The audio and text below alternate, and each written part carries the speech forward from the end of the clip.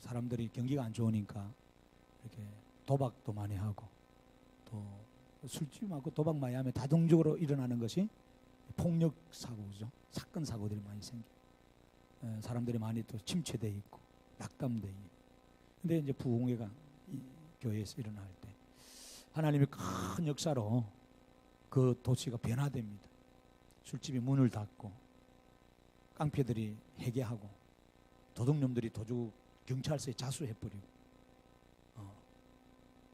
도박하던 우리 남편들이 도박을 안 하고 다 예배하러 변화돼. 대단한 그 부흥의 역사가 일어났습니다. 평양에 여러분 우리나라 평양에 복음이 들어올 때 평양 대부흥운동이 있습니다. 우리 어게인 1907년에 돌아간 노래 많이 하죠. 대단한 일이 일어났습니다. 평양도 그랬었죠. 그 당시. 근데 평양의 모든 상점들이 문을 닫고 예배하고 부흥됐어요. 새로운 변화가 일어났어요. 한국이 그만큼 우리가 은혜 안에 이렇게 설계됐어요. 여러분 우리가 그 사실을 알아야 돼요. 이 부흥이라는 게 뭘까요? 부흥은 여러분이 말한 것처럼 사람 많이 모이고 교회가 이렇게 큰 건물 짓고 교회 버스 많이 사서 버스 자랑하고 뭐 건물 크게 짓고 건물을 화려하게 좋은 뭐 인테리어 하는 것이 부흥입니까? 그거 아닙니다. 죽은 자가 살아나는 게 부흥이거든요. 하나님 말씀이 그 속에 생명의 씨앗이 들어가는 게 부흥이란 말이에요. 교인이 10,000명이 모이든 100,000명이 모이든 죽은 교회는 교인이 아닙니다. 주님은 4대 교회 보고 그러거든요. 요한계시록이 분명히 야단칩니다. 마지막 때 이런 4대 교회가 있고 교인이 있다 그랬어요. 요한계시록 7교회의 모습은 앞으로 일어날 한국교회의 모습이고 세계교회의 모습이거든요. 살았다 하지만 죽은 자인 거예요. 덩치만 크지 죽은 거예요. 그러면 살아있는 교회 성도가 돼. 말씀을 통해서, 말씀만을 통해서 우리 살아나거든. 에스겔 골짜기에 죽어있는 뼈다귀들이 말씀이 대언될 때에 살아나서 이들이 여러분 뼈끼리 붙고 힘줄이 붙고 근육이 붙어서 살아있는 군대가 돼. 여러분 우리가 신앙생활 살아있는 신앙생활 해야 돼요. 할렐루야. 이 부흥이에요. 그 부흥. 그리고 우리가 신앙생활을 내가 죽어 있으니까 죽어 있는 자가 할 수 있는 게 없어요. 죽어서 사업하고 죽어서 직장 다니고 죽어서 공부하고 죽어서 일하니까 되는 게 아무것도 없는 거예요. 우리가 말씀 안에서 여러분들이 살아있어야 됩니다. 우리 교회가 이 말씀을 통해서 부흥을 통해서 여러분이 살면은 여러분이 가정이 변화되고 자녀가 변화되고 사업이 변화되고 나라가 변화되고 새로워진단 말이에요. 할렐루야. 이것은 하나님을 위한 것이겠지만 동시에 그 하나님을 위한 것은 결국 우리를 위한 거예요. 이 사실을 여러분 꼭 깨닫고 이 성회에 큰 은혜를 임하기 원합니다. 여러분 오늘 우리가 이 사도행전 2장을 읽었습니다. 성령 강림의 목적을 이루는 성도라더니 자, 오순절날 성령이 임했었어요. 이스라엘 백성이 출애굽해가지고 시내산에 도착해서 50일째 시내산에서 하나님 말씀이 임했어요. 그죠? 말씀 받았어요. 근데 똑같이 예수님이 뭐예요? 부활하시고 나서 50일째 되는 날에 성령이 임해가지고 그들이 방언을 받고 능력 받아서 복음을 전해서 여러 역사에는 예수님이 40일 부활하신 이후에 40일 동안 계셨어요. 계시면서 3년 전에도 그랬지만 40일 동안 계시면서 하신 말씀이 뭐예요? 하나님 나라입니다. 사복음서를 다 찾아보세요. 하나님의 나라에 대해서입니다. 이 땅의 나라 이야기한 게 아닙니다. 이 땅에서 왕국 세워서 내가 잘 먹고 잘 살리라, 평생 내가 살리라, 주님이 그렇게 가르쳐 준 게 아닙니다. 그런데 우리는 주님의 설교를 들으면서도 주님과 교제를 하면서도 자꾸 이 땅의 나라만 세우려고 합니다. 그것이 허망하다 이거예요. 전도서를 보면 헛되고 모든 걸 헛되다는 거예요. 천명의 자식을 내가 놓고 여러분 세상에 내가 소유하는 모든 걸 다 소유해도 헛된 것밖에 없는 거예요. 왜? 때가 되면 우리는요 이 땅의 것은 다 무너지고 우리는 죽는단 말이에요. 죽는단 말이에요. 우리가 살려고 밥 먹고 살려고 직장 다니고 살려고 신앙생활 하는 거예요. 우리가 살려고 예수 믿고 교회 온 거예요. 여러분은 살아보려고 약 먹고 살아보려고 병원 가고 치료받는 거예요. 그런데 오늘 우리가 영원히 살아야 되는데 우리는 교회 와가지고 오히려 죽으러 가는 사람들이 많아요. 하나님은 하나님의 나라에 대해서 설명하는데 우리는 자꾸 거기는 관심이 없어요. 거기 관심을 안 두는 거예요. 결국 하나님의 나라를 주님이 이야기하고 이 하나님의 나라를 온전히 확장하고 하나님의 나라를 실현하기 위해서 하나님은 뭐가 필요하셨느냐? 교회라는 시스템이 필요해요. 교회라는 시스템. 그래서 오순절 날에 성령 주시면서 교회가 태동이 되는 거예요. 교회가 태동. 그래서 그 구체적으로 우리를 통해서 하나님의 나라를 확장하고 복음을 전하라고 하신 거예요. 주님은요, 이 사명을 우리에게 주셨어요. 주님은 이 사명이죠. 그래서 성령을 주시는데 주님이 그랬거든요. 예루살렘 떠나지 말고 여기 머물러서 기도하라. 아버지께서 약속하신 성령 받기까지는 절대로 떠나면 안 된다 그랬어요. 그 성령이 너희를 담대하게 할 것이고 권능 있게 할 것이다 그랬어요. 근데 수많은 사람들이 이 말을 들었죠. 예수님의 부활을 친히 목격한 사람 많습니다. 예수님을 통해서 병 고친 사람 많습니다. 귀신 쫓김 받은 사람 많습니다. 가난에서 벗어난 사람이 많습니다. 수많은 사람들이 예수님 때문에 병 고침 받고 기적을 체험하고 표적을 체험했지만은 정작 여러분 끝까지 주님 말씀 듣고 예루살렘 안 떠나고 남아있었던 사람 120명밖에 없어요. 120명이 여러분 기도를 했어요. 며칠 기도해 주님 하라고 말도 안 했어요. 시간을 정해주고 기도하라면 좋잖아요. 그렇잖아요. 끝이 보이니까 뭔가 일을 할 수 있잖아요. 근데 그것이 없는 거예요. 근데 기도하다 보니까 며칠 10일 기도한 거예요. 어째 그래? 구약의 시내산에 말씀이 강림한 날이 50일째고 성령이 강림한 날 50일 어떻게 그래 똑같이 맞을까? 하나님의 역사니까 그런 거예요. 구속사거든요. 구약의 말씀, 십계명 말씀을 주시면서 이 말씀을 따라가면 너희들이 천대만대 복을 받고 살되는 길을 만들어 주셨고 똑같아요. 근데 말씀을 어기고 불순종에 망했잖아요. 똑같이 오순절 날에 주님께서 우리에게 성령을 주시면서 여러분 교회를 세우시고 주가 예수가 되신다는 사실을 가르쳐 주면서 이 말씀 안에 교회를 든든히 세우는 거예요. 그래서 잃어버린 복을 여러분 받게 하는 거예요. 그럼 왜 많은 사람들이 병도 고치고 귀신도 쫓아나고 가난에서 벗어나는데 예수를 안 따랐을까요? 여러분 환경이 두려워서 그래요. 그 당시는 예수 믿는 것이 지금처럼 여러분 교회 온다고 뭐 안 믿는 부모들이 남편들이 좀 잔소리는 할 수 있겠죠. 부인들이 자식들이 생명 바치는 일은 아니잖아요. 어? 누가 교회 다닌다고 직장에서 여러분 잘려냅니까? 학교에서 학교 못 다니게 합니까? 누가 매질을 하던가요? 그 당시에는 그래요. 예수 믿는 것 때문에 옥에 갇히고 사자밥이 되기도 하고 잡히면 죽기도 하고 그게 무서웠어요. 살아야 되니까. 그래서 그들이 예수님 때문에 병도 고치고 예수님 때문에 귀신도 쫓김받고 새로운 삶을 살았지만 알면서도 예수의 말씀을 알면서도 여러분 기다리지 못했어요. 다 가버렸어요. 남아있는 사람은 120명이에요.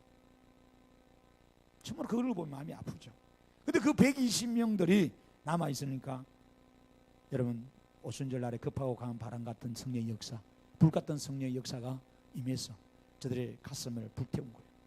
그 가난하고 그 무능하고 무지랭이 같고 아무것도 아닌 그들이 성령 받으니까 담대하게 되고 세상을 이기게 되고 막 거부 없이 담대하게 나가 복음을 전하는데 그 예루살렘 성에 큰 소동이 일어나는 거예요. 대단한 역사가 일어나는 거예요. 이런 변화가 일어나는 거예요. 여러분 우리가 성령 충만 받지 않으면요 여러분 되지 않는 이유가 거기 있는 거예요. 그래서 오늘 주님께서 성령 충만 받고 가장 변화를 가장 많이 가져온 사람 중에 한 사람이 누구예요? 예수님의 12제자 중에 수제자인 베드로입니다. 베드로는 갈릴리 바다에서 고기만 잡던 사람입니다. 평생. 그러니까 뭐 학문이 없는 사람이에요.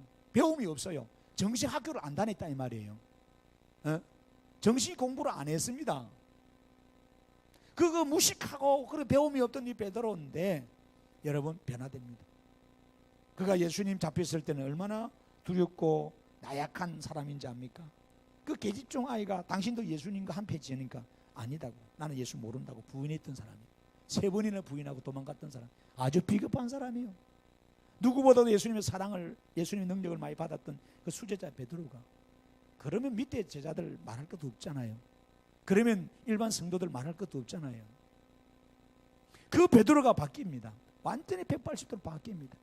그래서 오늘 바뀐 변화된 베드로가, 여러분 무식한, 학교도 안 다니는, 학교 무턱도 안 가는 베드로가 그 당대의 석학들, 배움이 많는 똑똑하고 구약의 능통한 이 바리새인과 장로들과 그 예루살렘 사람들 앞에 놓아놓고 오늘 설교하는 거예요. 여러분 보세요. 예를 들어서 평생 농사만 짓다가 학교 문턱도 안 간 우리가 하버드 대학 교수들 앞에서, 서울대학 교수들 앞에서 오늘 여러분이 강연을 하는 거예요. 이해되시나요? 그런데 이 하버드대나 프린스턴이나 예일대학, 이 세계적인 대학들의 교수들, 이런 박사들보다 이 우리가 강연을 하고 설교를 하니까 그들이 완전히 압도되고 감동되고 기가 죽는 거예요. 놀래버립니다. 아, 제가 베드로인데 학문이 없고 무식한 자인데 어찌들이 됐을까? 어찌 되긴 어찌 돼요? 다른 게 아닙니다. 성령을 받아서 그래요. 성령 받으면 그래 됩니다. 그때 성령 받아서 그들이 나타난 정사가 뭐냐?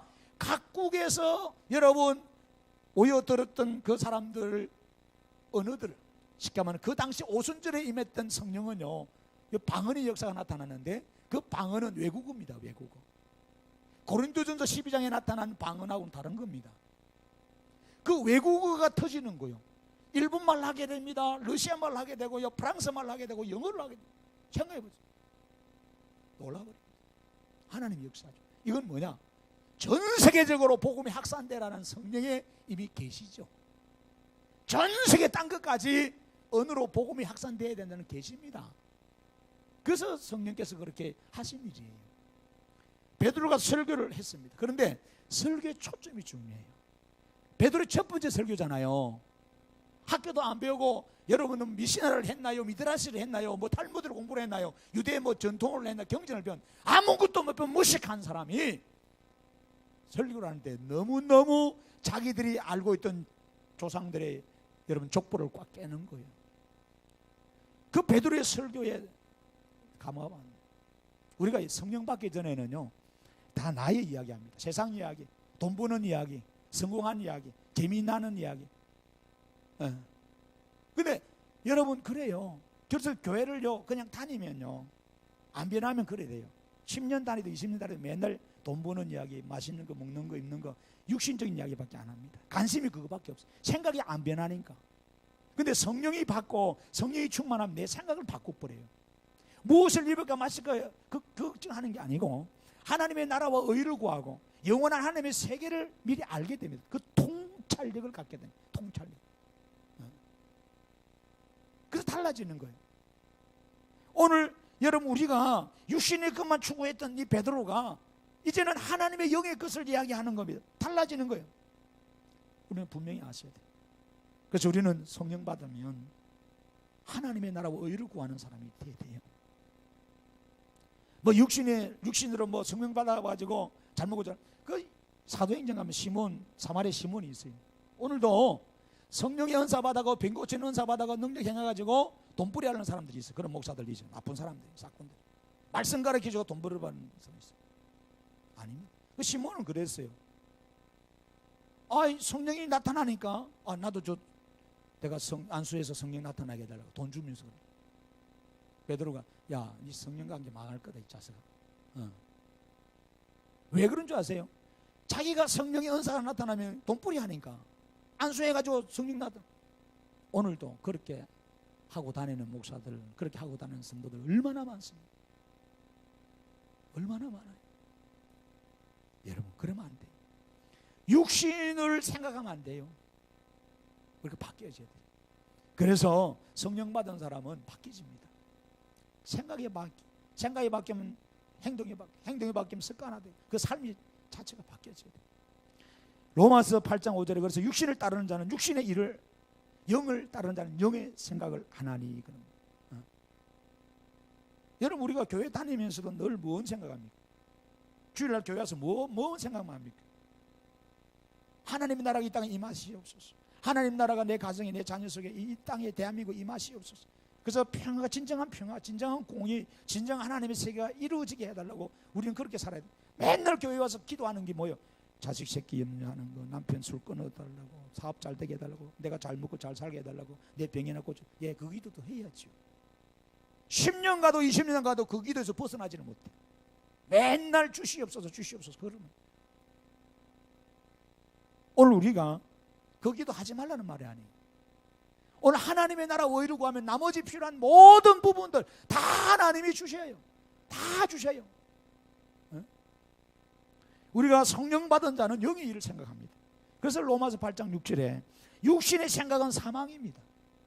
그래서 그런 거예요. 우리가 죽으려고 사는 게 아니잖아요.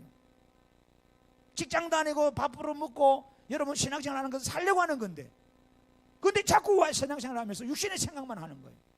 육신의 생각은 사망입니다. 영의 생각은 생명과 평안이라 그랬어요.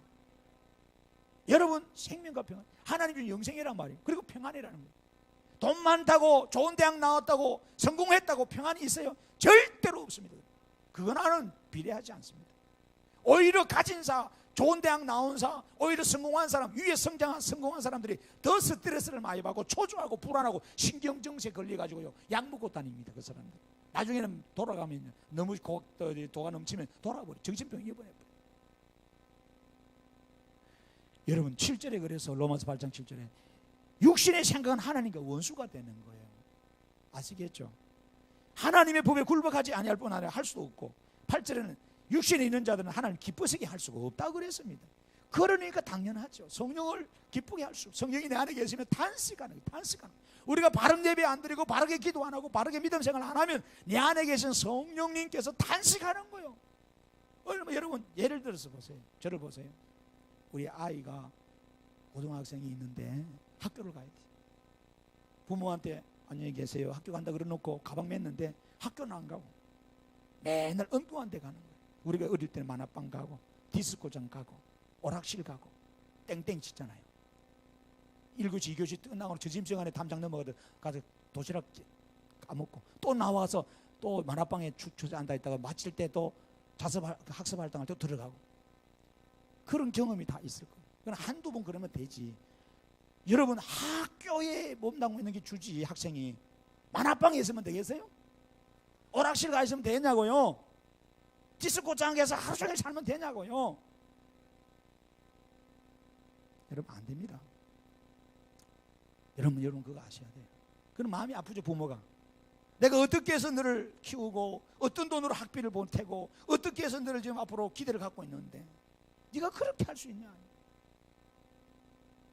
하나님 대신 예수님이 이 땅에 오셔서 십자가에 죽으시고 우리를 구원하셔서 이 교회에 신앙생활을 하게 하신 거예요. 주님이 대신 죽으시고 대신 값으로 산 것이 우리입니다. 그런데 우리가 그렇게 살면 안 되죠.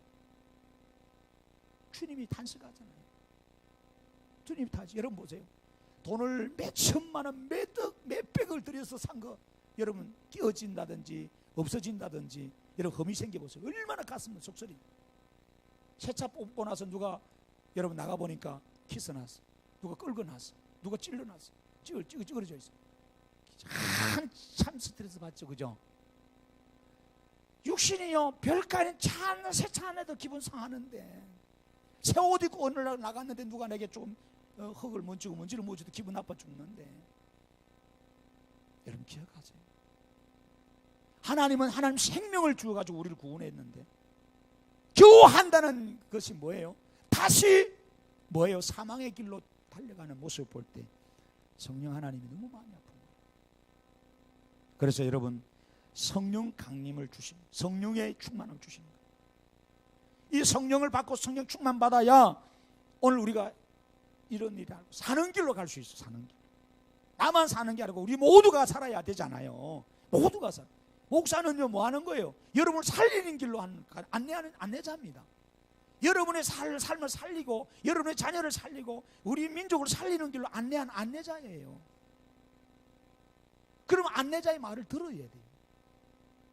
고집은 똥꼬집을 피워가지고 목사님 혼자 그냥 알아서 가시고 우리 알아서 할게요. 뭘 알아서 해요? 성도는 양이기 때문에 절대로 알아서 할 수 없는, 내버려 두면 격결로 갑니다. 꼭 엉뚱한 데 가서 사고 칩니다. 이게 양의 습성이에요. 그래서 늘 목자의 음성을 안 들으면 안 되는 거예요. 여러분, 이 성령 강림 사건은 예수님의 사건이에요. 왜 성령을 주셨을까요? 우리는 흔히 오해를 많이 합니다. 성령 받으면 능력 나타나고 은사 나타나고 병 고치니까, 그렇잖아요. 병 고침 받는 거 거기에만 목적을 둬요. 예, 나쁜 게 아닙니다. 그런데 누가 왜 병을 고쳐주는지 몰라. 왜 귀신을 쫓아내주는지, 왜 내 삶을 바꿔주는지도 몰라요. 거기는 관심이 없어. 병만 고치면 끝나버려. 그냥 가버려. 오늘 우리 신앙이 그렇게 된단 말이에요. 그게 아닙니다. 성령이 오늘 우리에게 임한 가장 중요한 것이 여러분 예수님을 알게 하는 거예요. 예수님이 주신 말씀을 듣고 이제는 영원히 예수님께 접붙임돼서 떠나지 않는 걸 여러분 성령 충만의 역사를 얘기합니다. 그래서 오늘 베드로가 그 이야기하는 거예요. 베드로의 설교 내용을 보면 다른 이야기 아닙니다. 예수님에 대한 이야기하는 겁니다. 22절 보면은 이런 말씀이 있어요. 1절 안 했습니다만 뭐라고 하냐, 이스라엘 사람들아 이 말을 들어라. 너희도 아는 바와 같이 하나님께서 나사렛 예수로 큰 권능과 기사와 표적을 너희 가운데 베푸사 너희 앞에서 그를 증언하셨느니라. 이게 뭐예요? 왜 예수님께서 우리에게 병을 고쳐주시고 기적을 베풀어 주시고 표적을 행하셨어요? 사복음서에 보세요. 마태, 마가, 누가, 요한복음 사복음서 보세요. 거기 보면 예수님이 수많은 병자들, 수많은 귀신 들린 사람들, 병 때문에 고통당하고 아파하고 괴로워하고 힘들어하는 사람들 다 고쳐주세요. 다 고쳐주세요. 그리고 오병이의 기적을 주님이 일으켜 주셔서 가난한 사람들을 먹이고요, 실제로 그렇게 공부한 자, 눌린 자, 힘든 자 변화시켜 주세요. 왜 그렇게 하셨어요? 오늘 본문에 22절 이야기하잖아요. 왜 그렇게 하셨다고요? 너희 앞에서 그를 증언하셨느니라. 병 고쳐주고 귀신 쫓아내주고 가난에서 벗어나게 해주시고 우울증에서 조울증에서 괴로움 중에서 슬픔 중에서 벗어나게 하는 이유는 바로 예수님을 잘 믿게 하기 위함이라는 거예요. 그런데 우리는 예수는 잘 안 믿고 병 고치만 주세요. 그런데 그러면 안 됩니다. 오늘 예수님이 바로 하나님이시고 메시아고 그리스도를 오늘 베드로가 증거하고 있습니다.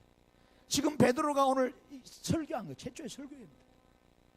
그런데 구약에 능통한 율법학자들도 말하는 그 베드로의 설교를 보니까 베드로는 지금 다윗의 이야기를 하고 있어요. 다윗은요 이스라엘에서 이스라엘 건국한 사람입니다. 그러니까 우리가 아브라함과 다윗의 자손 예수 그리스도 세계라 그러잖아요. 족보에 보면은. 그래서 이스라엘 지금 국기에도 보면은 그 다윗의 별을 그려져요. 다윗을 상징하는 별이 들어있어요. 중요합니다. 빼놓을 수 없는 인물이 다윗입니다. 가장 영웅이고 존경하고 흠모하고 따라가는 사람. 우리나라의 지금 어려운 이 땅에 다윗 같은 성군이 다시 태어나서 나라를 부강하게 해달라고 이스라엘은 지금 학수고대하고 있어요. 학수고대하고 있어요. 경제가 무너지고 정치적으로 압박당하고 살 소망이 없는 이들에게 다윗 같은 성군이 일어나게 해달라고. 그런데 베드로가요 그 분위기를 딱 보고 다윗 이야기 지금 하는 거예요. 그래서 다윗이 시편의 16편에 나오는 그 이야기를 지금 인용한 거예요. 이 다윗이 오늘 힘들고 어려운 삶을 살았어요. 수많은 죽음의 위기를 만났어요. 삶이 흔들릴 때 한두 번이 아니었어요. 많은 사람이 배신하고 떠나가고 한순간에 여러분 모든 걸 잃어버린 그런 아픔을 만난 사람이 또 다윗입니다. 그렇잖아요. 하나님 마음에 합한 자였지만은 사실 그래 인생에 질곡이 참 많은 사람입니다. 그런데 다윗은 여러분 세상 환경에 흔들리지 않았다고 말합니다. 왜 그랬을까요? 왜 흔들리지 않을까요? 사업하다가 사업이 망하면 흔들립니다. 건강하다고 건강을 잃으면 흔들립니다. 자녀가 문제가 생기고 집안에 문제가 지금 흔들리잖아요 우리가. 그런데 다윗은 시편 16:8절에 이런 말을 합니다. 내가 여호와를 항상 내 앞에 모심이요 그가 나의 오른쪽에 계심으로 내가 흔들리지 아니하리로다. 그뿐만 아니라 그는 질고가 많고 정말로 힘들고 어려운 배신의 연속성에서 내 마음이 기쁘고 즐거운 가운데 하나님을 계속 섬기겠다는 거예요. 위가 뭔지 아세요? 11절 가면 나와요. 시편 16, 11절 이런 말이에요. 주께서 생명의 길을 내게 보이시니 주의 앞에는 충만한 기쁨이 있고 주의 오른쪽에는 영원한 즐거움이 있나이다. 다윗은요 이런 죽음의 위기 속에서 사람이 자기를 배신하고 떠나가는 위기 속에서 오늘 즐거워하고 기뻐할 수 있었다는 거예요. 흔들리지 않았다. 왜 그랬을까요? 죽음을 이기신 그리스도의 부활의 권세를 다윗이 보았기 때문에 지금 깜짝 놀라는 거예요. 시공간의 차이가 천년의 세월이 있는 다윗이 어떻게 예수를 보았냐 말이에요. 메시아를 보았냐 말이에요. 27절에 가면 거의 답이 나와요. 여기 27절 보세요. 이상해. 이는 내 영혼을 음부에서 버리지 아니하시고 주의 거룩한 자로 썩음을 당하지 않게 하실 것입니다. 여기 주의 거룩한 자로 썩음을 당하지 않는다는 건 지옥에 멸하지 않는다는, 이 거룩한 자가 누굽니까? 예수님을 말합니다. 그러면서 31절에 이야기합니다. 성경은 말합니다. 보세요. 미리 본고로 그리스도의 부활을 말합니다. 여러분, 다윗이 이걸 보았다는 거예요. 영의 눈이 열리니까, 믿음의 눈이 열리니까 말씀을 통해서 예수 그리스도의 부활을 미리 맛보았기 때문에 어떤 환경에서 흔들리지 않았다 이거예요. 하나님이 다 회복시켜 주니까. 여러분, 오늘 다윗이 이 복음을 증언하고 있어요. 그 증언을 베드로가 설교하고 있는 겁니다. 다윗과 베드로는 시공간의 차이가 천년의 세월이 있습니다. 그러나 말씀이 교류하니까, 성령이 감동하니까 하나의 시점을 연결시켜 주고, 그래서 우리가 성경을 보니까 하나님의 성령이 감동하면 뭐예요? 아브라함의 세계, 에덴의 세계, 아담의 세계, 모세 시대까지 우리가 갈 수 있는 이유가 그런 거예요. 하나님만이 시공간을 초월하지만은 성령께서 깨닫게 해준다 이 말이에요. 그래서 오늘 베드로가 지금 다윗의 설교를 하고 있는 거예요. 이들은 다윗의 왕관을 바라보았습니다. 다윗의 왕국을 사모했습니다. 다윗의 영화를 사모했습니다. 다윗이 가졌던 부귀 영화를 사모했다 이 말이에요. 그런데 베드로는 그 설교 안 합니다. 너희들이 바라보고 숭상하는 악망하는 다윗도 하나의 인간에 불과하다. 그는 누구를 바라봤냐? 바로 살아계신 예수 그리스도 하나님을 바라봤다는 거예요. 그 이야기하는 거예요. 그 이야기. 그런데 멍청하게 깨닫지 못하고 말이에요. 자기는 다윗만 쫓아가려고. 다윗의 왕국, 다윗의 영화, 다윗의 이 크라운, 왕관을 바라보고 그 부귀영화를 사모한 우리의 신앙생활이 지금 그렇다는 거예요. 교회 와가지고 뭐 봅니까 여러분? 뭐 봅니까? 예수를 알고 예수를 바로 믿어야 되는데 병만 고치고 축복만 받고 사람만 만나고 엉뚱한 거 잡고 앉았어요. 다윗을 잡고 있단 말이에요. 다윗이 아닙니다 여러분. 베드로가 이야기하지만 다윗이 아니라고. 다윗조차도 음부에서 자기를 건져주신 부활하신 예수를 본다는 거예요. 베드로의 설교가 지금 그겁니다. 32절 보세요. 이 예수를 하나님이 살리셨다. 우리가 이 일의 정인이라는 거예요. 에? 이걸 지금 설명하고 있는 겁니다.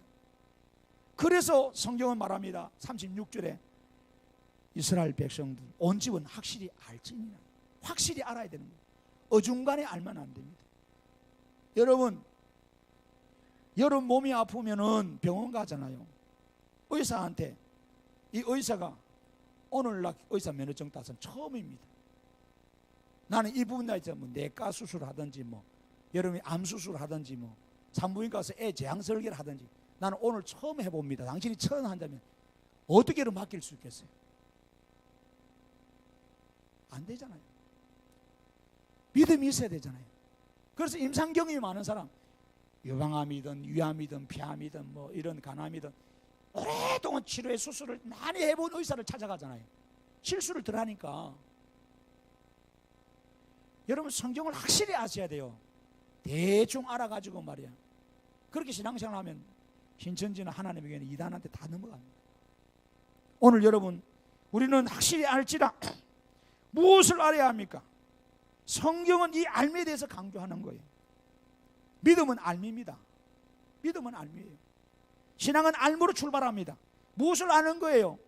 교회에서 무엇을 알려줘야 돼요? 예수님입니다. 예수님의 십자가 사건, 예수님의 부활의 사건, 예수님의 다시 오실 사건을, 즉 하나님의 나라의 사건을 설교하는 거예요. 이걸 여러분 들으셔야 됩니다. 이걸 들어야만이 압니다. 그래서 요한복음 17장 3절에 영생은 곧 유일하신 하나님과 그가 보내신 자 예수 그리스도를 아는 것이라 그렇습니다. 아는 것. 우리가 얼마나 알고 있습니까? 여러분 우리가 얼마나 알고 있습니까? 알아야 믿음이 생기거든요. 기가 찹니다.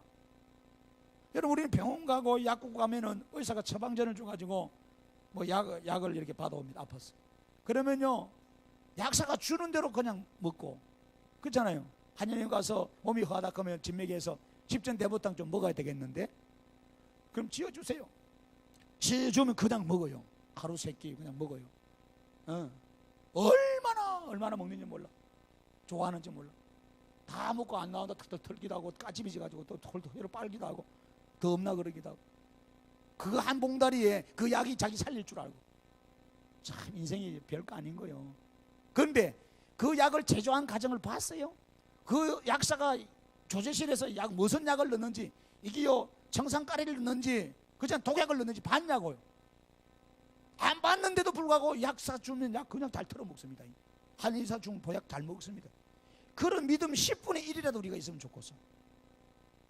그래서 주님은요 그런 세상 약도 먹어야 되지만 그것 전에 신약과 구약 하나님 말씀을 먼저 먹으라 그러잖아요. 말씀에 대해서는 안 믿고 맨날 의심하면서 뺀질뺀질하면서 세상 것은 잘 받아들이는 거예요. 오늘 이것이 우리의 모순입니다. 그래서 디모데전서 2장 4절에 하나님은 모든 사람이 구원을 받고 진리를 알기를 원한다 합니다. 그 진리 알게 돼야 말씀이죠. 예수님입니다. 그래서 성령을 오늘 우리에게 주신 이유가 그겁니다. 보혜사, 성령의 다른 이름이 보혜사랍니다. 우리를 옆에서 도와준 조력자, 돕는 자 이런 말입니다. 뭘 돕고 뭘 위로하고 뭘 상담하고 뭘 이끌어 가실까요? 성령이. 성령이 가장 첫 번째 하는 것이 예수님이 그리스도다, 예수님이 우리 주다, 예수님이 우리 하나님이다라는 걸 알려주는 일입니다. 학생들이 학교 가면은 선생을 통해서 뭐예요? 책을 봅니다. 공부를 합니다. 아는 거예요. 아시겠죠? 학교를 가기는 가는데 책가방만 들고 가기는 가는데 졸업만 했는데 아는 게 하나도 없어. 그러면 이게 참 허망한 거예요.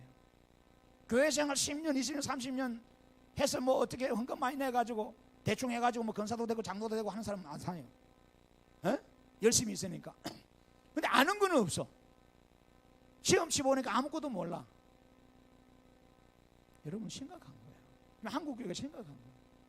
그러니까 유병원 같은 이단에 빠지고 신천지에 빠지고 하나님의 교회에 빠지고 서로바벨 성교에 빠지고 이상한 데 다 빠지잖아요. 심각하잖아요. 이 한국이 참 어떻게 달라고 그러게 될지 모르겠어요. 그래서 여러분 성령의 충만을 받아야 돼요. 그것은 여러분 하나님이 나를 다스리게, 뭘로? 말씀으로 나를 다스리게, 그분의 뜻에 순복하는 거. 그래서 요한복음 14장 16절에 17절 말합니다. 내가 아버지께 구하겠으니 그가 또 다른 보혜사를 너희에게 주사 영원토록 너희와 함께 있게 하시리라 하시는 것은 뭐냐? 그는 진리의 영이다. 이런 말. 진리의 영. 알레데 하나님 말씀의 영이다. 요한복음 14장 26절에 보혜사 곧 아버지께 내 이름으로 보내실 성령 그가 내게 모든 것을 가르친다. 내가 너에게 말한 모든 것을 생각나게 한다. 성령은요 성경의 모든 것을 가르치는 거예요. 그래서 성경은요 구약, 어떤 사람은 그래요. 구약 필요 없다 그래요. 그런 소리 하지 마세요. 이단들은 그래요. 구약 필요 없다. 또 어떤 이단들은요 신약도 필요 없다, 성경도 필요 없다 그래요. 그럼 뭐가 필요한데? 나만 믿으라는 거예요. 나 아버지하고 하나님과 친하다, 직통계시한다. 쓸데없는 소리 하고 앉았어요. 그런 목사들, 그런 성도들 지금 얼마나 많은 줄 압니까? 성령 충만하고 하나님과 통하면 직통계시 받고 설교도 하나님이 다 알아서 하기 때문에 설교 원고도 안 쓰고 그냥 딱 단상에 서면 아버지가 적소 이거 말하라 알려준다. 완전 사이비 같은 사람들.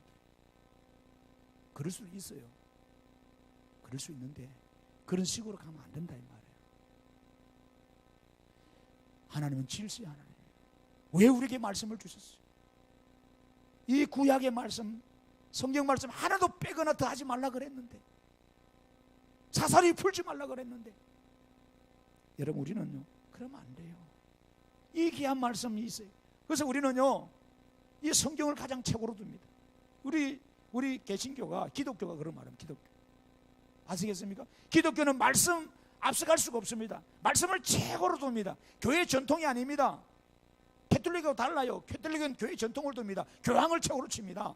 그 법이 앞서요. 그러나 뭐예요? 우리는 말씀입니다. 말씀 위에는 아무도 없어요. 목사도 없고 사람도 없어요. 그게 중요한 게 아니에요. 말씀이에요. 말씀. 그렇다고 목사 무시하란 말이 아닙니다. 교회에서 말씀을 강론하고 가르치는 자를 존중하라 이 말이죠. 배나 존경하라 그러잖아요.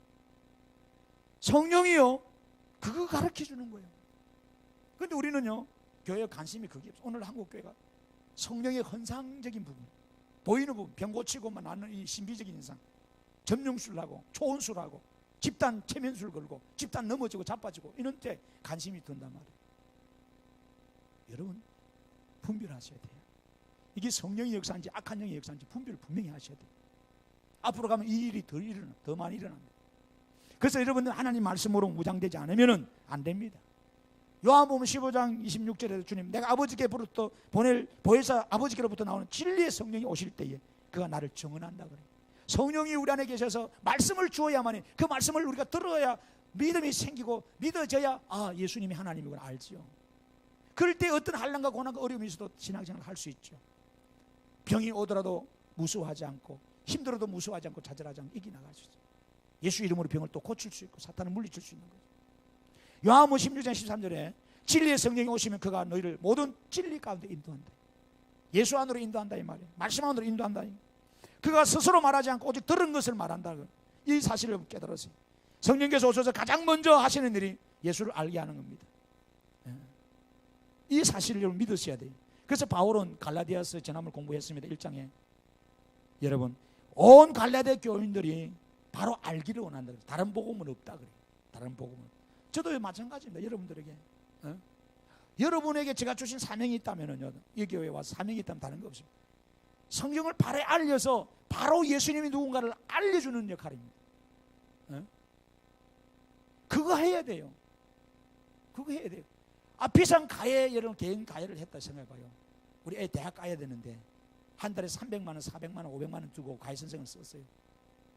그런데 가해 선생이 방에 들어가더만은 우리 아이하고 농담 따먹기는 하고 만화나 보고 쓸데없는 잡담이나 하고 그래서 시간 보내고 그래서 시험장에 가게 했어요. 또 떨어졌어요. 여러분 그냥 놀아줬죠. 밥도 먹고 놀도 가고 여행도 가고 그 사명을 다 한 거예요? 아닙니다. 여러분 절대 아닙니다. 공부를 가르쳐 줘야 되잖아요. 공부하라고 공부해서 성적 올려서 대학 보내라고 300, 400, 500 줘가지고 가해 선생을 쓴 거예요. 그렇지 않습니까? 여러분 그거 아셔야 돼요. 그래서 우리가 신앙을요 그냥 절간에 가듯이 가지 마세요. 남의 집에 오늘 굿한다 하니까 마실라고 가보자 구경하자 뭐 먹을 거 없는 거 굿판하는 구경하는 거예요. 그런 식으로 교회 오는 사람이 있더라고요. 그 굿판에 가서 그냥 내가 그 있으면 나도 병 고치고 나도 우환도 떨어지고 좋겠다 이런 생각은 옛날에 그 굿판에 다 그랬잖아요. 기독교를 그렇게 폄하하면 안 됩니다. 하나님을 그렇게 욕되게 하면 안 됩니다. 믿음을 가지고 예배하고 믿음을 가지고 기도해야만이 하나님 받으세요. 다른 복음을 잡지 마세요. 그래서 바울은 각 교회를 기도할 때마다 습관처럼 에베소 교회나 골로새 교회나 모든 교회들마다 여러분 나중에 에베소서 1장 15절 이하에 보고 골로새서 1장 9절 이하에 보세요. 가장 먼저 한 기도가 뭔지 아세요? 하나님의 말씀을 아는 거였습니다. 하나님의 신령한 지혜의 말씀을 온 성도들이 알아야 됩니다. 그게 첫 번째입니다. 말씀을 모르고 여러분 우매하게 여러분 끌고 가면 여러분 집단적 강신주의자, 신비주의자 됩니다. 이단이 된다면 이단들은 그렇습니다. 아시겠죠? 안 가르쳐줍니다. 그 교주 실체가 드러나니까 무서운 거죠. 그래서 에베소서 4장의 11절 이하에 보면 교회 안에 하나님이 말씀을 가르치는 사도나 선지자나 복음 전하는 자나 목사나 교사를 세우는데 이걸 왜 세우는지 아세요? 세 가지 일을 위해서 세웁니다. 하나는 성도를 온전하게 하기 위해서 세운다. 성도를 온전하게 위해서. 그 다음에 하나는 우리가 봉사일, 선한 사업을 하기 위해서 세운다. 또 하나는 그리스도의 몸을 세우기 위해서. 이 그리스도의 몸이라는 것은 교회를 말하면 에클레시아. 이 교회를 든든하기 위해서 세운다. 그런데 이렇게 하기 위해서 우리가 온전해지고 우리가 봉사에 선한 사업을 하고 교회가 온전해지기 원하려면 어떻게 해야 되느냐? 뭐 해야 돼요? 와서 밥이나 잘 먹고 뭐 수박이나 쪼개 먹고 돼지 잡아 먹고 서로 사이좋게 인사하고 그러면 될까요? 안 됩니다. 그것도 해야 되지만은 그 전에 가장 먼저 뭐예요? 하나님 말씀으로 우리가 무장돼야 된다는 거예요. 그래서 13절에 에베소 4장 13절 이 말합니다. 우리가 다 하나님의 아들을 믿는 것과 아는 일에 하나가 되어서 온전한 사람을 이루어 그리스도의 장성한 분량이 충만한 데까지 이르러야 한다는 거예요. 왜? 그 이하 14절 쭉 내려가면 이런 말씀이 있어요. 그래야 이 유혹 많은 세상에, 속임이 많은 세상에 우리가 흔들리지 않고 속지 않는다는 거예요. 넘어지지 않는다는 거예요. 든든히 설 수 있다는 거예요. 교회. 그래서 말씀과 기도로 든든히 서야 되는 거예요. 할렐루야. 오늘 바울은 고린도 교회에서, 고린도 교회는 막 자랑 많이 하세요. 돈 많은 자랑, 지식 자랑, 자기 잘난 자랑, 뭐 은사 자랑, 막 이렇게 폼 잡아요. 바울은 거기 가서 야, 그거 자랑하지 말라. 고린전서 2장 2절에 가면 이런 말합니다. 예수님과 십자가 외에는 나는 아무것도 알지 않냐는 게 작정합니다. 왜? 바울은 그 당시 석학입니다. 가멜렐 문화생이다. 요즘 말하면은 우리나라로 말하면 서울대학이고 세계적으로 최고대학 하버드대. 하버드대학에서 가장 훌륭한 선생님이서 내가 배운 학문을 사사받은 자다 이 말이에요. 그 당시는 거 아시겠죠? 그런 최고의 학문을 전 코스를 다 했는데 바울이 하는 말이 이런 말입니다. 예를 들어 고생 해가지고 말해 서울대학에서 최고의 수석으로 졸업해서 졸업하고 하는 말이 야, 그거 다 필요 없어. 졸업장이 필요 없어. 나 다 버려. 내가 서울대학 다닌 자체부터 내 생각도 안 하고 잊어버려. 내가 하버드 대학 들어간 것 자체부터 수석 졸업한 것 자체부터 내가 다 잊어버려. 아무 소용이 없다라는 거예요. 살아가는 데는. 그래가지고 쓰레기통에 갖다 집어넣어버려. 그 졸업장들. 뭔 말인지 알겠죠? 그리고 하는 말이 이제부터는 나는 예수님만 알기를 원한다. 예수님의 십자가만 알기를 원한다는 거예요. 왜 그래요? 그 위에 구원이 있고 생명이 있기 때문에. 그래서 전도의 능력이 세상의 지혜 학벌 좋다고 전도 잘합니까? 아닙니다, 여러분. 그렇지 않습니다. 의사가 되면 전도 잘할 것 같죠? 아닙니다. 환경은 그렇죠. 네. 환경은 좋아. 그런데 그렇지 않습니다. 무식해도 몰라도 오늘 베드로 보세요. 학문이 없어도 설교를 하잖아요. 네. 변화가 일어나잖아요. 세상 지식과 지혜의 말이 아니라 하나님의 능력과 성령의 역사를 통해서 전도가 되어진다는 거예요. 그래서 성령 충만 받아요. 뭐하라고? 예수님 증거하고 전도하라고. 목적이. 그럼 자동적으로 교회가 여러분 되어집니다. 부흥되는 거예요. 막 끌고 오라 이게 아니에요. 어? 여러분이 변화된 모습을 보여주고 담대한 모습을 보여주니까 여러분 하나님의 역사가 되더라고요. 그래서 바울은 디모데의 영적 아들이잖아요. 디모데후서 3장 15절에 또 어려서부터 성경을 알았나니 성경은 능히 너로 하여금 그리스도 예수 안에 있는 믿음으로 말미암아 구원에 이른 지혜가 있게 한다는 거예요. 그 어렸을 때부터 성경을 알아요. 지금 우리나라가 유대인의 교육법이 있잖아요. 유대인 제가 동아일보를 봤는데 언제든 목요일인가 금요일인가 계속 하던 유대인의 이게 교육법에는 유대인의 경제교육 이거를 이 사람 돈 받고 가르치더라고요. 원래 돈 받아요. 50만 원 내면은 여기 공부를 시켜주더라 하는데 한 10주 과정인가 하루에 한 2-3시간 하는데 일반인이 하는 것 같아. 그 매일 경제신문을 사는 거야. 이분들이 깨달은 거야. 이분들이 세계에서 돈 잘 버는 사람, 세계에서 공부 최고 잘하는 사람, 세계에서 상마 많이 타고 뭐 이 사업 잘하는 사람 다 유대인들이니까 이놈들이 뭐 별난 건가 싶어서 보잖아요. 아, 별난 거 없어요. 딱 하나 신명기 6장의 4절 이하에 이스라엘 들어 세마교육한 거거든요. 그거예요. 그 탈무드 교육하는 거예요. 탈무드는 그 랍비 집대성 아닙니까? 그건 성경을 토대로 한 거 아니에요. 그래서 여러분 우리는 성경을 알아야 된다. 알겠죠? 그들은 평생 어릴 때부터 애가 알든 모르든 신경 쓰면 영이기 때문에 압니다. 뱃속에서부터 성경 읽고 나오면 뭐 듣든 말든 성경 읽어주고 하나님에 대해서 이야기하고 계속 그렇게 자라왔기 때문에 그 민족이 복을 받는 것이라. 그런데 우리가 그건 안 돼요. 우리는 빨리 교회 와서 오늘 무슨 맛있는 거 했을까? 목사님 설교 좀 빨리 하고 빨리 집에 돌아가고 그거 맨날 그런 식으로 하니까 시험 칠 때는 아는 게 하나도 없어. 빨리 갔으니 밥만 먹었으니까 안 돼요.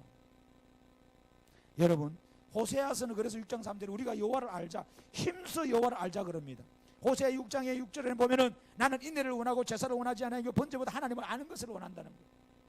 그래서 우리가 요한복음 4장에 나오는 것처럼 알고 예비하고 알고 기도해야 됩니다. 여러분 전에는 무당 국구리 하던 식으로 기도했지만은 그런 기도하면 안 돼요. 예수를 분명히 알고 기도해야 돼요. 바른 기도해야 돼요. 하나님의 언약을 잡고 예배하고 예수의 누구신지 알고 섬겨야 됩니다. 오늘 예수님이 오신 목적이 사도행전 2장 36절에 여러분 분명히 말하죠. 십자가에 못 박은 예수가 우리 주와 그리스도가 됐다. 우리 주가. 그 당시에 이런 고백할 수 있는, 그 당시에 황제가 주어야 됐어. 황제가 주. 이 키리오스라는 이 말은 하나님을 말하는 거예요. 하나님 우리 모든 것의 주인이라는 거예요. 이 그리스도라 말은 메시아 하나님이라 이 말이에요. 이 사실을 바로 할 때 우리가 담대하게 복음을 전할 수 있습니다. 여러분 오늘 우리는 고린도전서 2장의 10절 이하의 13절 가면은 앞으로 이 세상에 여러분 우리를 미혹하는 자들이 많이 일어납니다. 거짓 선지자. 그런데 이것을 분별할 수 있어야 돼요.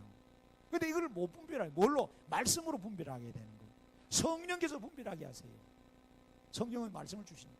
그런데 고린도전서 2장의 10절 이하에 가면 이런 말씀입니다. 오직 하나님이 성령으로 이것을 우리에게 보이셨으니 성령은 모든 것 곧 하나님이 깊은 것까지도 통달하시느니라. 아멘.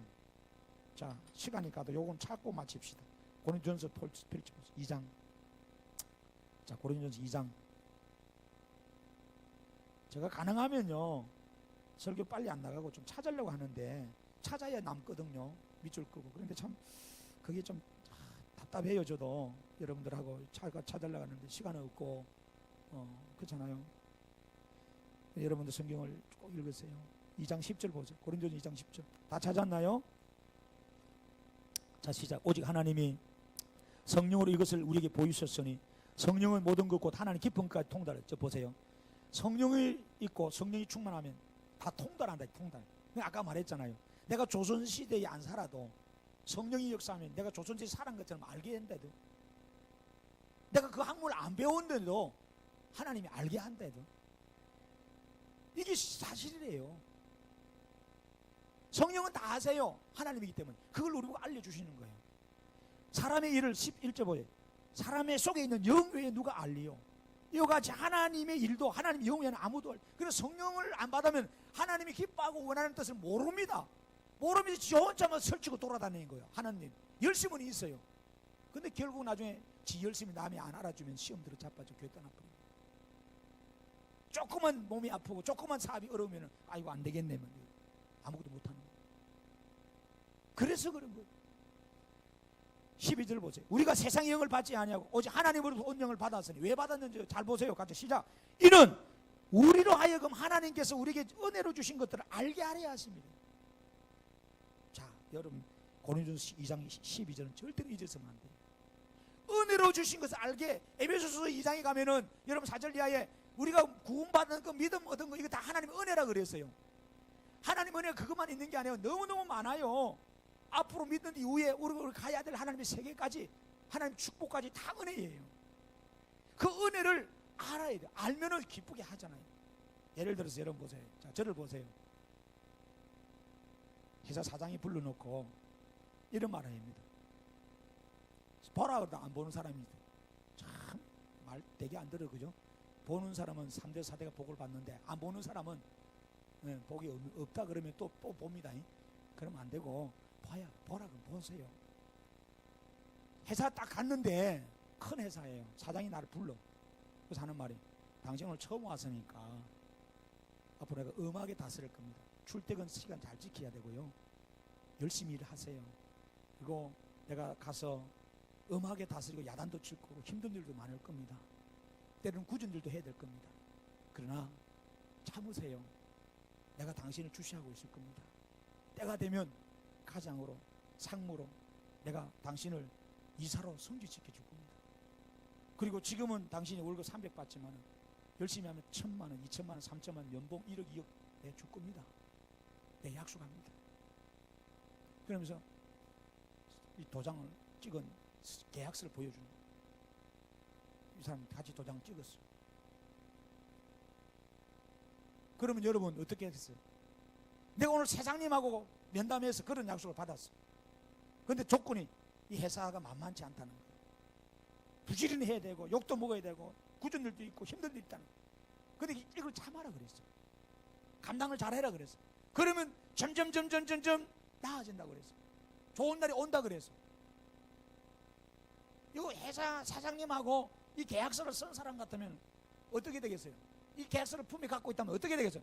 힘들 때 어릴 때마다 선배가 치받고 상사가 치받고 괴로울 때마다 이거 꺼내면서 읽는 거예요. 그래, 이날만 참자. 조금만 참자. 내가 섬긴다는데. 참을 수 있지 않겠어요? 참잖아요. 이게 없는 사람은 미래가 없기 때문에 모르니까 앞에서 치고 밑에서 치고 올라오니까 열받아서 회사 못 다니, 스트레스 받아서. 다녀봤자 뭐 연봉이 높아질지 월급이 많아질지 기대치가 없으니까 미래가 불투명하니까 못 다니는 거예요. 이 회사 가고 저 직장 옮겨 자꾸 옮기는 거예요. 우리 신앙이거든요. 여러분, 하나님이 말씀 안에서, 이 성경 안에서 내가 어떻게 은혜로 주신 것들을 알기로 하는데 하나님의 약속의 보장이 여기 다 있대요. 힘들고 어릴 때마다 그래서 성경을 보내. 그래서 시편 119번에 그러잖아요. 내가 공고 중에, 내가 위경 중에, 내가 어려움 중에, 죽을 위기를 만났을 때, 사망이 엄청난 골짜기를 다녔을 때 이 성경 말씀이 나를 살렸다는 거예요. 그래서 여러분들이 하나님 말씀을 듣고 배워야 되는 거예요. 그래서 우리가 세상의 영을 다 받지 않고 오직 하나님을 또 온 영을 받았으니 이는 우리로 하여금 하나님께서 우리에게 은혜로 주신 것을 알게 하려 하심이라는 거예요. 그래서 영적인 것을 분별하라는 거예요. 아시겠습니까? 오늘 여러분 그렇게 돼야 돼요.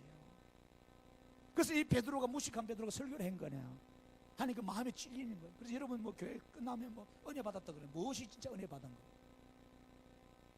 진짜 설교 받고 마음에 찔려야 됩니다. 이거 여러분 송곳으로 확 찔러봐요. 여러분 아프잖아요. 찔림이 있어야 돼. 말씀은 찔림이 있는 거예요. 그래서 내가 어찌할 거 되는 거, 어찌할 거. 이렇게 신앙생활 하면 안 되겠다. 이런 식으로 해가지고 뭐 내 가정도 그렇고 내 사업도 그렇고 내 자식도 그렇고 다 말아먹거든. 이왕 하려면 똑바로 해보자 이게. 하나님은 분명히 살아계시고 하나님 말씀은 분명히 사실이고 믿는 자에 구하는 것을 다 준다 그랬는데 내가 바르게 신앙생활을 한번 해보자 이게. 찔려야지. 이들이 우리가 어찌할 거 그러잖아 베드로한테. 그러니까 베드로가 뭐라 그래요? 너희들이 회개하고 세례받으라. 그러면 제산받고 성령의 세례받고 선물 받는다는 거예요. 그럴 때 그날에 41장 보면 41절에 보면 그거 보세요. 이 말을 받은 자들이 그날에 세례받은 사람이 몇 명이에요? 3,000명입니다. 3,000명. 베드로가 무식하게 설교했는데도 3,000명이 그날에 찔려가지고 회개하고 돌아옵니다. 이런 부흥이 우리 안에 일어나야 돼요. 4장의 4절에 가면 5,000명이 됩니다. 5,000명. 5장의 14절 가면 남녀의 큰 무리, 이들은 더 많아서 수를 안 세서 큰 무리라 그랬어요. 말씀을 맺습니다. 저는 우리 교회가요 앞으로 우리가 이런 5대 강령, 우리 말씀동사님 교회가 이렇게 가기를 원하는 비전이 있어요. 이번 성회도 마찬가지, 거의 한 일부분이지만은 말씀의 생활화가 돼야 돼요. 말씀이 없는 교회는 죽은 교회입니다. 예수 그리스도가 없고 십자가가 없고 부활이 없는 교회는 죽은 교회예요. 막 푸닥거리는만 하고 막 이벤트하고 막 음악이나 쌓고 막 엉뚱한 짓 하고 쇼나 초청하고 이런 거는 공연 모으는 거지. 그 교회가 그게 아닙니다. 하나님 말씀을 여러분에게 들어야, 말씀이 들어가야 여러분 변화되고 말씀을 받아봐야 여러분이 복을 받습니다. 하나님 일을 할 수 있어요. 교회의 목적이 그거예요. 첫 번째 목적. 학교의 목적이 뭐예요? 여러분 학교라는 것은 공부하는 거죠. 근데 학교 갔는데 맨날 뭐 복지하라고 여러분 엉뚱한 거 가르치는 거예요. 다른 거 가르치면 안 되잖아요. 학교의 목적은 공부예요. 학생을 공부 만들어주는 거예요. 공부하게. 전인적인 교육 안에는 다른 것도 포함되겠지만은 교회가 1순위가 하나님 말씀이에요. 말씀을 제쳐놓고 뭘 앞서려고 그래요. 그래서 목사의 하는 가장 첫 번째가 말씀이에요. 말씀 연구입니다.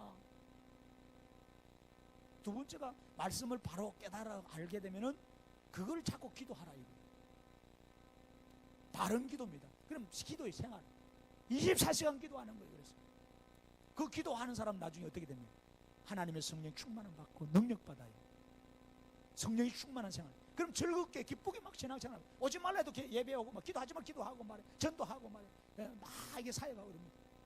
그래서 여러분 기쁘고 즐거운 마음으로 예배해야죠. 억지로 하면 안 돼요.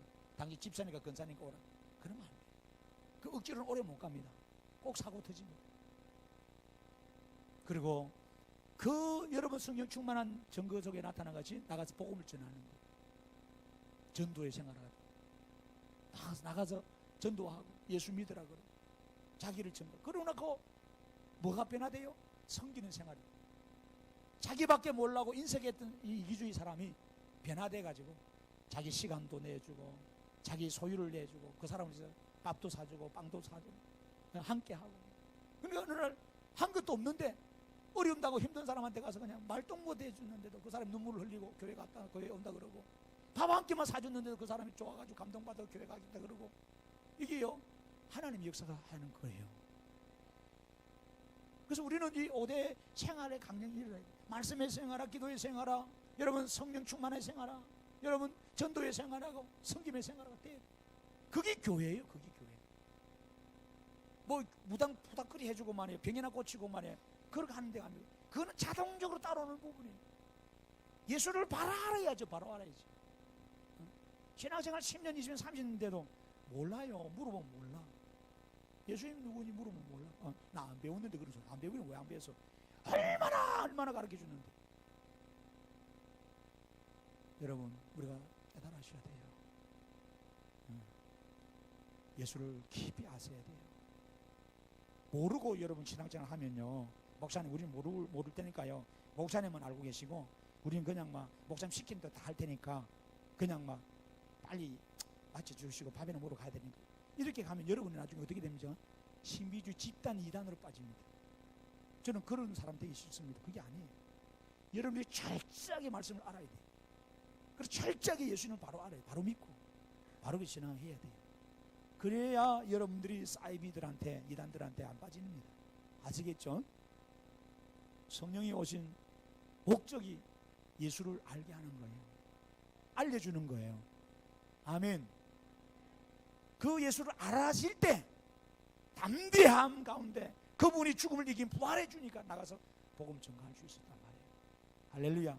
이런 변화가, 이런 은혜가 여러분의 실질이 일어나야 됩니다. 그래서 여러분 지금 어려움을 많이 당하잖아요. 사업이 안 되고 자녀 문제, 병 때문에 뭐 어려움.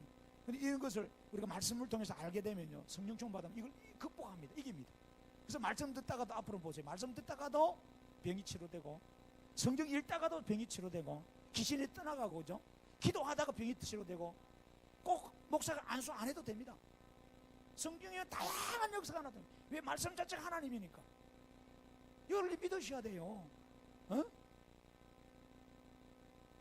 오늘 우리는요 그런 바른 신앙을 해야 돼요. 할렐루야. 그래서 이번 성회에 여러분 큰 은혜 받으세요. 성령 충만 받아라 이 말이에요. 그 은혜는 성령 충만 안 받으면 안 돼요. 우리 찬송하십시다.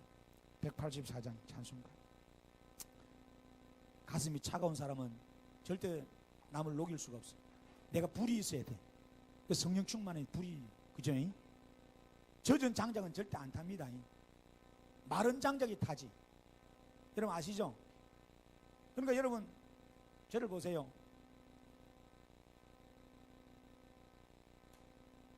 우리가 교회에 맨날 장작 태우잖아. 불 태웠잖아. 어떻게 태우던가요? 여러분 가장 불 붙기 좋은 마른 소시계부터 먼저 불 붙이잖아요. 그 불 종이 같은 데 불을 붙고 나면 집중해서 말라있는 나무까지 붙으면은 젖은이거든. 나중에 불타면 다 타버립니다. 불타야 돼요. 아시겠죠? 그죠? 여러분 한 사람 한 사람이 성령의 불 받는 게 중요합니다. 그러다면은 여러분 걱정 없어요. 성령은요 사기치는 게 아닙니다. 하나님은 살아있는 말씀이에요. 하나님이 하신 말씀이에요. 내 말이 너희 안에 가고 너희 말이 내 안에 가면은 무엇인지 구하라 그럽니다. 그럼 다 이루어주겠다 그랬어요. 여러분 그거 믿어보시고 그렇게 좀 신앙을 해보세요. 뭐 절간단위다 신앙하지 말고, 옆집에 무당 국거리 구경 가듯이 신앙생활 하지 마시고 이제는 그런 신앙하면 안 돼요. 생명 걸고 바르게 하십시다. 184장 찬송 부르십시다.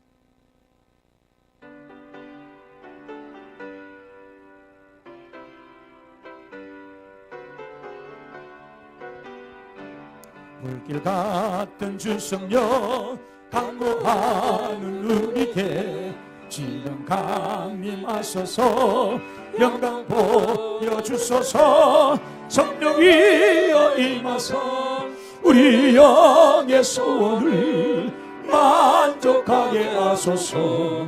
기다리는 우리에게 불러 충만하게 하소서. 주의 재단 분리해 우리 몸과 영혼과 우리 가진 모든 것 지금 바치옵니다. 성령이여 임하사 우리 영의 소원을 만족하게 하소서. 기다리는 우리에게 불러 충만하게 하소서. 모든 것 다 바치고 비고비 내 맘에 성령 충만하도록 주여 채워주소서. 성령이여 임하사 우리 영의 소원을 만족하게 하소서. 기다린 우리에게 불러 충만하게 하소서.